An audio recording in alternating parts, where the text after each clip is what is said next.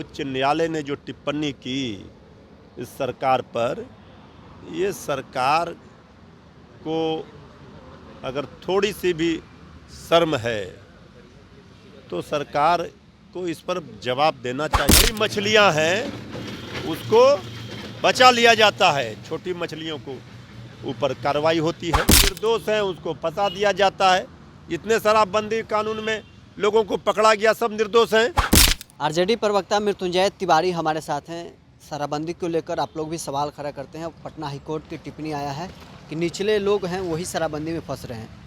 देखिए बात तो सही है, ये बात को लेकर के लगातार नेता प्रतिपक्ष श्री तेजस्वी यादव भी सवाल खड़े करते रहे हैं और ये सवाल उठते रहे हैं। इस शराबबंदी कानून जिस मकसद के लिए लागू किया गया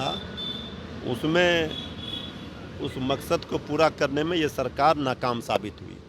माननीय उच्च न्यायालय ने जो टिप्पणी की इस सरकार पर, ये सरकार को अगर थोड़ी सी भी शर्म है तो सरकार को इस पर जवाब देना चाहिए, बोलना चाहिए कि शराबबंदी कानून सिर्फ पैसे उगाही के लिए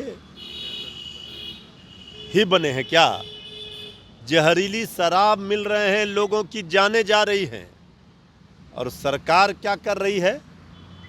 इस सत्ता का संरक्षण शराब माफियाओं को मिलेगा और खाना पूर्ति के लिए उन गरीबों को, लाचार मजबूर लोगों को फंसा दिया जाता है।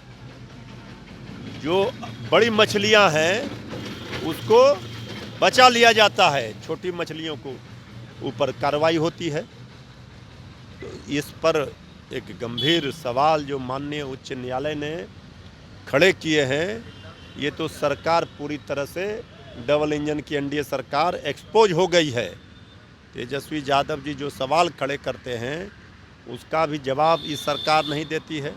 शराबबंदी के नाम पर ये पैसा उगाही का जो काम चल रहा है, इस पर सरकार बेनकाब हो गई है।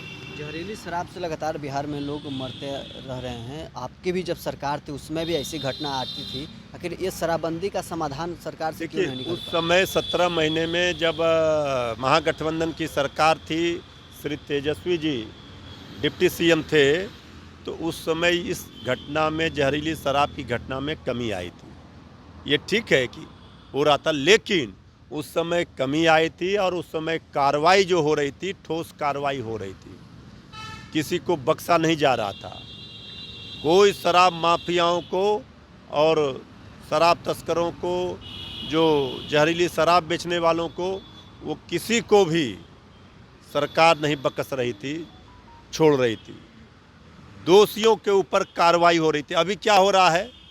जो असली दोषी हैं, मुजरिम हैं, उनको बचा लिया जाता है और जो निर्दोष हैं उसको फंसा दिया जाता है। इतने शराबबंदी कानून में लोगों को पकड़ा गया, सब निर्दोष हैं। तो जो शराबबंदी कानून पूरी तरह से अगर फेल हुआ है तो इस एनडीए की सरकार में हुआ है। अच्छा, एक सवाल आप लोग की तरफ से उठाया जा रहा है कि मदन सहनी बिहार सरकार के मंत्री हैं, वो अपनी हैसियत से परेशान हैं और वो रुसकर अपने गांव में बैठे हुए हैं। अरे एक माननीय मंत्री नहीं है, एक मदन सहनी जी नहीं है, लंबी फहरिस्त है। यहाँ जनप्रतिनिधियों का कोई सम्मान है ही नहीं, कोई जनप्रतिनिधियों का सुन रहा है। अफसरशाही चरम पर है, यही बात तो तेजस्वी यादव जी लगातार कह रहे हैं। सब लोग ऑफ द रिकॉर्ड अगर पूछिएगा तो अपना दुखड़ा रोएंगे, लेकिन मदन सहनी जी ने इसके पहले भी आवाज़ उठाई थी, सब लोगों को पता है। फिर उनको मना लिया गया था, इस बार फिर उन्होंने ये बात सार्वजनिक रूप से कही है, फिर उनको मना लिया जाएगा।